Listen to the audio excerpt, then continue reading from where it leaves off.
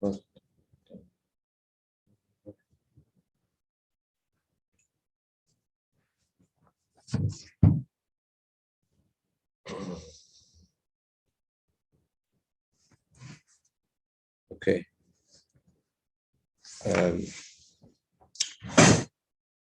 Maamar we're going to learn is Chavtes Maamar Shoftim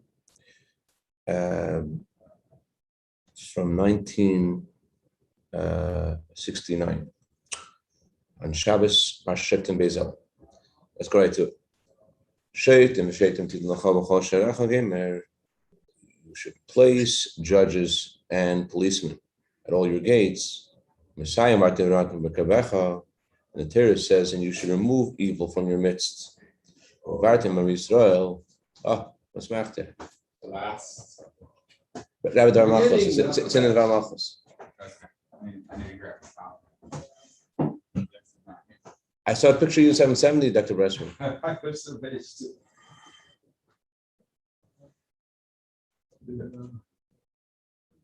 Yeah, we went up to Navy's camp and put on the film for the first time.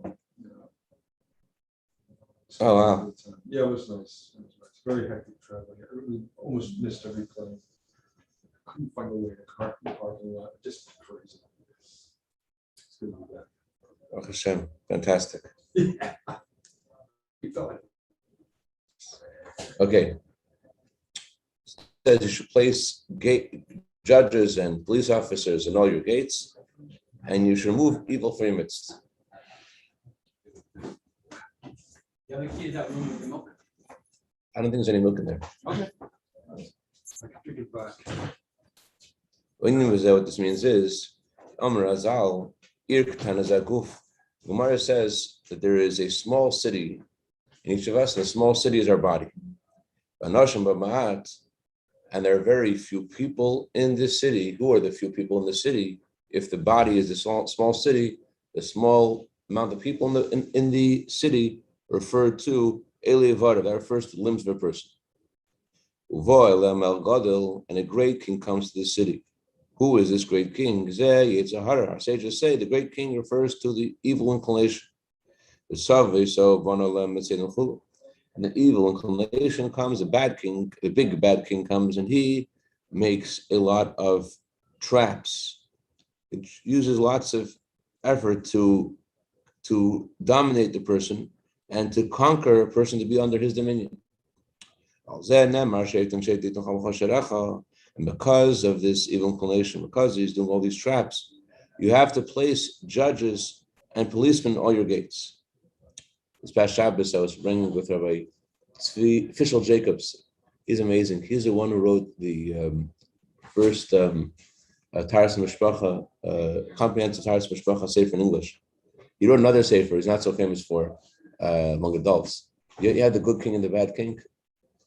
Yeah. You know the book? Yeah. Oh, I know that story. So I this past Shabbos I was with Rabbi Fishel Jacobs, and he lived this book. He ranked with adults using his picture book and describing how this picture book with this little child's challenges, how it's all of our challenges, and he really got us going. Anyways, so there's this great king who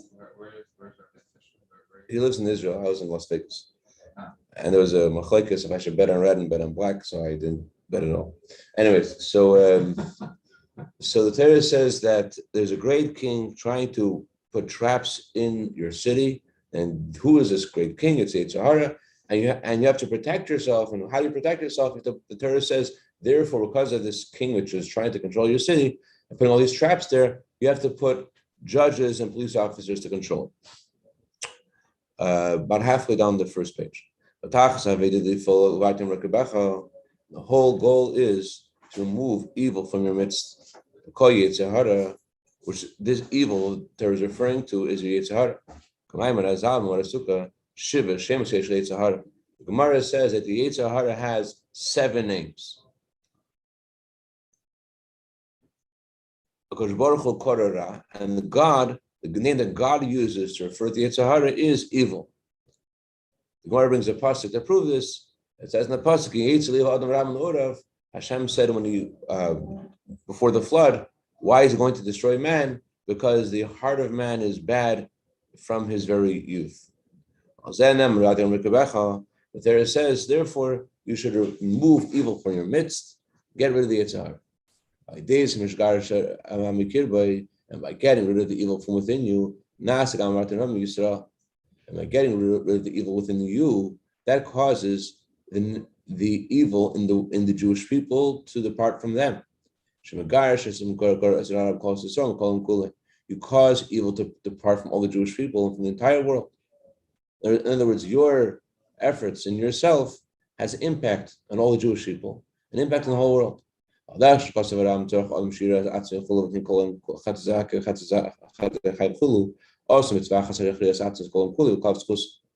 the Maimonides writes, before you do, say, or think anything, you should look at the whole world being unbalanced, and one good thought, word, and action could tip the scale. So this tells us that, yes, one action of one individual affects the whole world. So too, when you get rid of the Yetzer Hara, you're rid of yourself, get control of Yetzer Hara within you, get rid of the evil within you, that causes there to be a departure from all negative things from the Jewish people and from the world. And the reason why your battle as an individual and the removal of evil from the Jewish people, why does that affect the evil in the world? Why does the Jewish people's victory over evil cause evil to depart from the world? Why is that? Since the purpose of the whole creation is for the Jewish people, as we so know from the very first word in the Torah, Bereshis. The Talmud says, what does Bereshis mean? Why did God create the world? He created the world for the sake of the Jewish people who are called Reshis.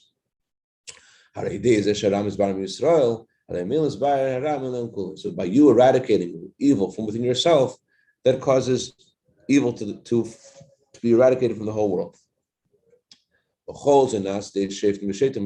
And how do you get rid of the evil within you? You need to have judges, you need to have police officers. What's the meaning of the judges within you in your spiritual service of Hashem? Your judges are a reference to what our sages describe as angering your Yetzer Tov over Yetzer Hara. Rashi explains that you should make a war with Yetzer Hara, and you should be upset at Yetzer Hara for doing whatever he's doing to you. You guys should not get along. As the previous Rebbe writes, the greatest enemy is your Yetzer Hara. And the meaning of police officers, this is the language of the Gemara. Rabbi Levi Bar Chama says, and named Rabbi Shimon Yochai, a person should always cause his Yetzer Tov to get angry at the Yetzer Hara. If he wins the Yetzer Hara, great. If not, learn Torah. As it says in the Torah, say the words of Torah in your heart. If you win the Yetzer Hara, then great. If not, say Shema. As it says in the Torah, Amishkavchem, the prayer you say when retiring. If you win the Yetzer Hara, great. If not, remind the Yetzer Hara about the day of death. So that's the police officers. Yisraelim Amisa, reminding yourself of the day of death, that's using, I guess, a brute force against the Yetzer Hara. Just like police officers give punishments, so too you have to voice to yourself this the consequences of your deeds. And although reminding the Yetzer Hara although the warning of the police officers, reminding yourself of the punishment will certainly help you be victorious over the Yetzer Hara. Causing yourself to be angry at Yetzer Hara doesn't always work. It's possible to get very angry at Yetzer Hara and he still wins. Just yesterday, I was taking off my talis. Actually, I wasn't taking off my talis. I was wearing my talis and I was saying to myself, don't take off your talis because you have to daven musaf.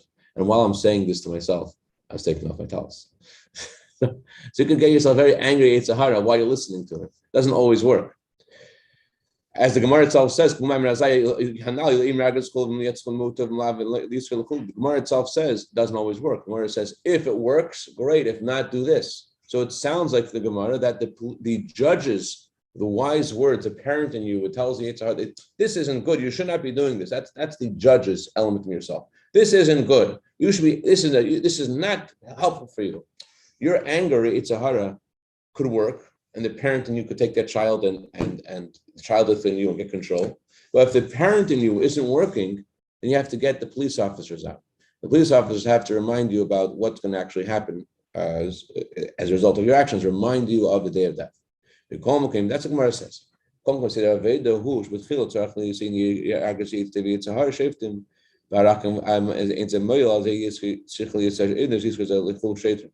But however, the way we serve Hashem has to be first try the judges and only then use a policeman. In other words, you don't want to right away delve into the dismal day of death thing. That's a last resort. The first thing is tell yourself, evoke the parent within you and say, this isn't good. You're doing something that's, I don't like you.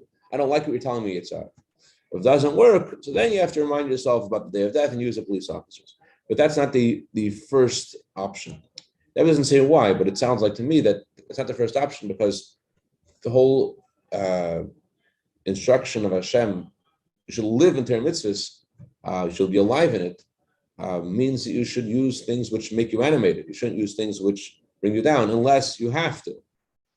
If you're going to be prevented from making a mistake, then use the words of that speak to Yitzhahara and remind me of the day of death. But otherwise, don't use the big guns because you don't want to hurt yourself in the process. There's a big difference between the culture of have to and shouldn't, and of course you want to.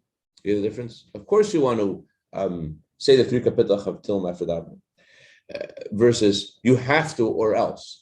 It sort of takes away your soul when you get into the have to thing. That starts today, right? Yeah. Not yesterday. Right. There was this custom. Was a rule in Russia that if you didn't shovel your walk, they would fine you. But it wasn't so easy to shovel your walk because it's freezing. So what do people do? They don't shovel their walk.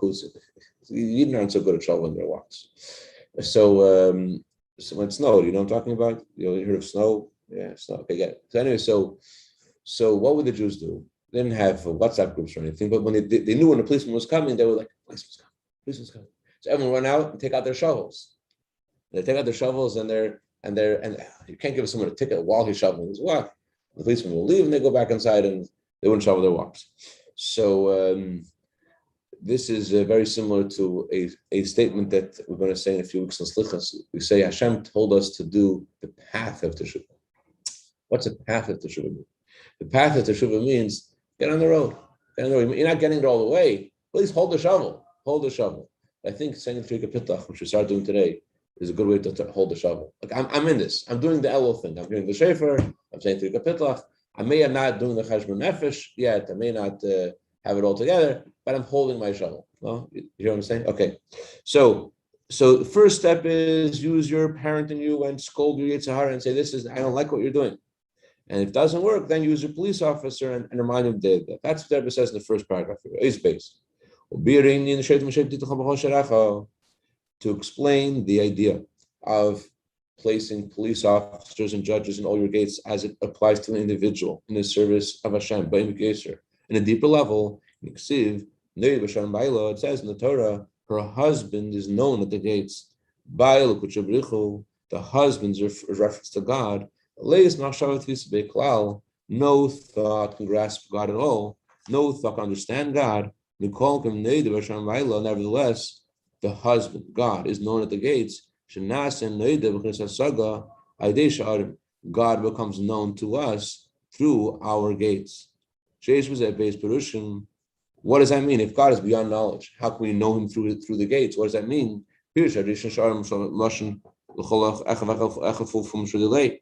One meaning of the word gates is amounts. Hashem really is beyond logic and reason. but he becomes known to every person according to their amount, according to how much they can handle. As much as you could understand something of godliness. Not the essence, not the truth, but something of Hashem's greatness. As the Gemara says, you don't know Hashem in any other way other than through his humility. Right? When we talk about the greatness of Hashem, we're talking about Hashem's humility, meaning Hashem is beyond creation. And for Hashem making a world is lowering and contracting his light. That's how we know Hashem. So how much do you know Hashem, right? You can't know Hashem really. You know Hashem through how Hashem contracts himself to you. So everyone knows Hashem also, how Hashem contracts himself and appears to you in a way that you can understand it. You can't compare the way one person serves Hashem to the way another that one does. Everyone serves Hashem according to their level. Although all souls are equal and we're all one, and from one perspective, all souls are considered like one entity. Nevertheless, there's still a distinction between one soul and another. In their root, they're all the same. But we could talk about the Jewish whole in heaven, or we could talk about the 600,000 individual souls, and which those souls are all mother souls, or all root souls. And each of those mother souls produces 600,000 other souls. So there is certainly a distinction between one soul and another. Therefore, you cannot compare the way one Jew serves Hashem to the way another one does. Like Yaakov's sons, Reuben and Shimon, Reuben serves Hashem in a way of through visualizing and seeing Hashem, and Shimon serves Hashem in a way of hearing, a lower level, different way of serving Hashem. Also, Chassidus says that's referring to serving Hashem not with a visual, vivid perception of Hashem, but more through understanding. Like when you hear something from someone who you trust, you understand it and you trust it, but not as vivid and clear to you as when you see divine providence with your eyes, let's say. Then there is the service of Levi. Who is Levi? Leah said when she gave birth to Levi, now my husband will draw nearer to me. That refers to our study of Torah. We study Torah, it causes Hashem to come close to you. So everyone serves Hashem in a different way. There's a Reuben way, there's a Shimon way, there's a Levi way. As the Tzemach Tzedek explains, the various ways of serving Hashem that Reuben, Shimon, and Levi embody. Next page.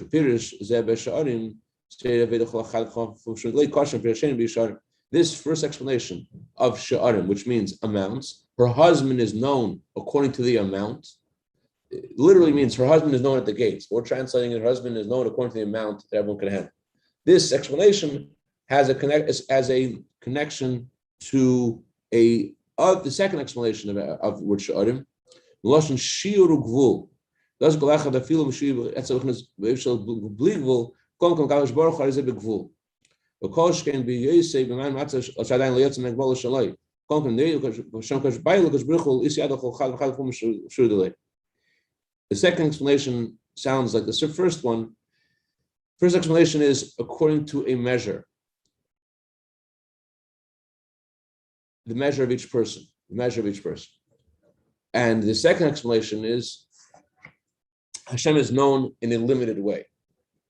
So the point is that even though you may be serving Hashem beyond all limitation, but compared to Hashem, it's still called a limited way. Everyone serves Hashem in a limited way.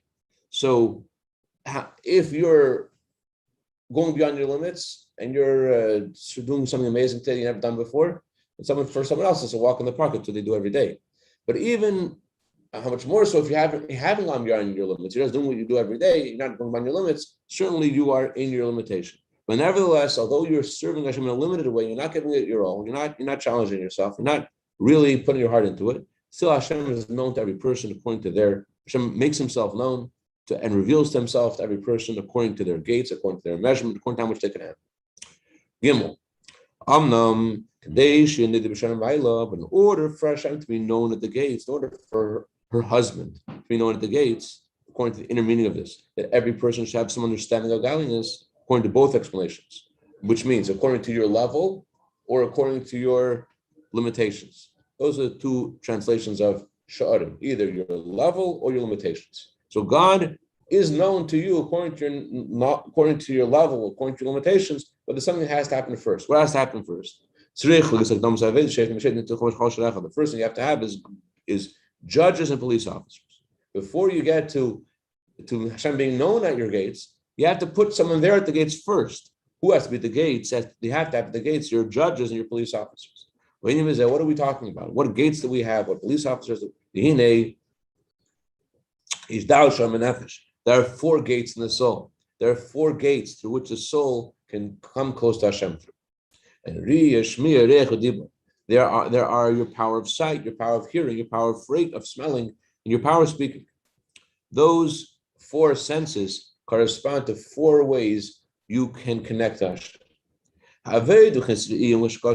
Next page, we're about third down is Gimel. See it? Oh. Okay. It says in the pasuk, raise your eyes to the sky and see who created the world. So that pasuk is talking about seeing Hashem in creation. Then there is a way to serve Hashem in a way of listening, which means to understand, which is compared to listening, as we said before. Then there's a third way, a third gate you can connect to Hashem, and that is the service of Hashem called fragrance. It says you should place incense in your nostrils.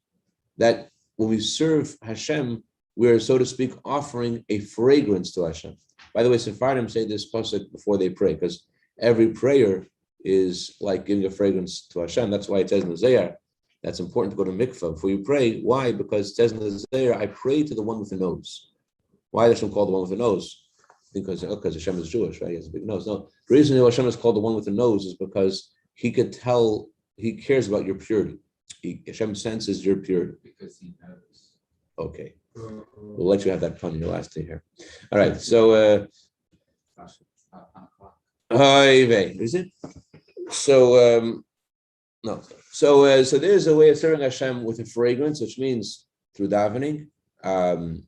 As Hashem, as Moshe ben a blessed tribe of Levi, you will give Hashem a fragrance in his nose, so to speak. Oh, actually, it doesn't. That's incorrect. That wouldn't say what the fragrance is here yet. But the fourth way of serving Hashem, which corresponds to speech, that is davening. As Leah said when she gave birth to Yehuda, now I will thank Hashem. So serving Hashem with your mouth, expressing gratitude to Hashem, is the fourth gate. The third gate of fragrance, we didn't discuss what that means. Offering an incense before Hashem, perhaps, I don't know if I was going to explain later. Let's see. Also, Chassidus says that incense, the word incense in Hebrew, keteris, is related to kesha, which means a bond, which means having a bond with Hashem beyond logical reason. That's why the incense was offered in the inner altar, because the inner altar corresponds to the inner part of the heart. So the incense is serving Hashem from the deepest part of your heart, serving Hashem beyond logical reason, and making a bond with Hashem. Like when you're pretty close to something, but then you could depart and they let go. But when you're bound to something, there's a connection, you never let go. So that's what keteris is about. Keteris is making a bond with Hashem in a way that's beyond logical reason if you cannot let go. Okay. Before you have all these gates, these are all ways of serving Hashem. These are your seeing, your hearing, your fragrance, your speaking, all ways of serving Hashem, all great ways to serve Hashem. But before you do all these things, you have to have gate, you have to have police officers, and you have to have judges. What is that? The preparation for all this is to place judges and police officers at your gates. That means you have to limit yourself and protect your power of sight, so that your eyes should not see evil. As explained at length in books of Musar, how terrible it is to see things, how important it is to guard your eyes. And Rebbe Rashab also writes in short, he says that when you see something, it touches your very essence. So, I remember, never forget, Rebbe said about him that being a student of his makes you have fear of God. He was a very special man. He once was speaking in 770 at the 100th anniversary of the founding of Tinchatumim, and he spoke, and he asked for the mic back, and he was someone who put on 4 pairs of tefillin. He's someone who he was on a higher level. So he asked for the mic back, and he says, and I also want to remind everyone that they have to learn chapter 2 of Kuntres Haved. What's chapter 2? It says this: you have to guard your eyes because whatever you see touches your very essence. Okay. Even when you look at something nonchalantly, coldly, you're not really caring what you're looking at. You're looking at it in a frigid way. And you don't even care about it while you're looking at it. Or you're looking at something which you shouldn't be looking at, which is forbidden to look at. You don't care about what you're looking at, and it's just big deal. So it seemingly doesn't have any effect on you. However, says that it makes an impression, and it makes a big carves into your soul. And this sight will not pass without some expression of evil, God forbid. When you see something evil, Chas Hashem, there's some expression of it. Even though you don't care about it, it doesn't make a difference to you, but if it makes an impression in you, says the Rebbe Rashab, it's engraved in with you, and it's impossible, it will not come out. So you have to protect your eyes. You also have to protect your ears. Be careful not to hear what you shouldn't hear. There's a bit matzil. Protect yourself from hearing Lashon Hara. Next page. There's a matzil. When you protect yourself from hearing Lashon Hara, you save 3 people. As it says, when someone speaks Lashon Hara, they cause death to the one who says it, to the one who hears it, and the one who's spoken about. But let me just paraphrase the end of the Maamar. And further, through this, you also make an effect in heaven. When you stop yourself from hearing Lashon Hara, you affect heaven. Because just like you're not listening to Lashon Hara, so when the angels come to God and say, hey, Yankel just did something, God says, I don't want to hear it. I don't want to hear it. I don't want to hear the Lashon Hara. Like it says about Bilam, God says, I don't want to hear what Bilam has to say. So basically Hashem treats you in a way of measure for measure. So when you don't want to hear bad about someone else, that causes Hashem to want to hear bad about you. So Hashem, not just the accusing angels have a little effect because Hashem ignores them. Hashem doesn't hear them to begin with. So that's how we have to limit ourselves regarding our hearing. So we have to limit ourselves in regarding, we have to put judges and police officers regarding our power of fragrance, which the power of fragrance refers to our bad thoughts. As the Gemara says, that bad thoughts are more weighty than an aver itself. And the proof of this is the fragrance of meat. Gemara says that thoughts of Avera are worse than Avera itself. They damage you more than the Avera itself, just like the fragrance of roasted meat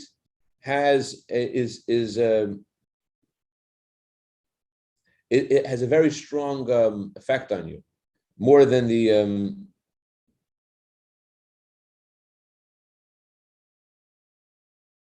when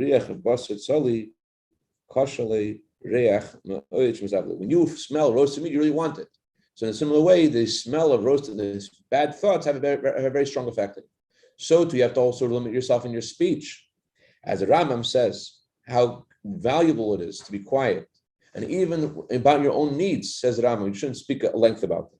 As it says in the Pirkei Avos, there's nothing better than silence. So when you limit yourself in all these 4 areas, that's the idea of putting police officers and judges in all your gates, in all these 4 areas of seeing, hearing, fragrance, and speech. Through this, you're able to remove the evil within you, and through this will remove the evil from the Jewish people, and then there could be this, Hashem could be known by your gates, Hashem could be known to every person according to the level.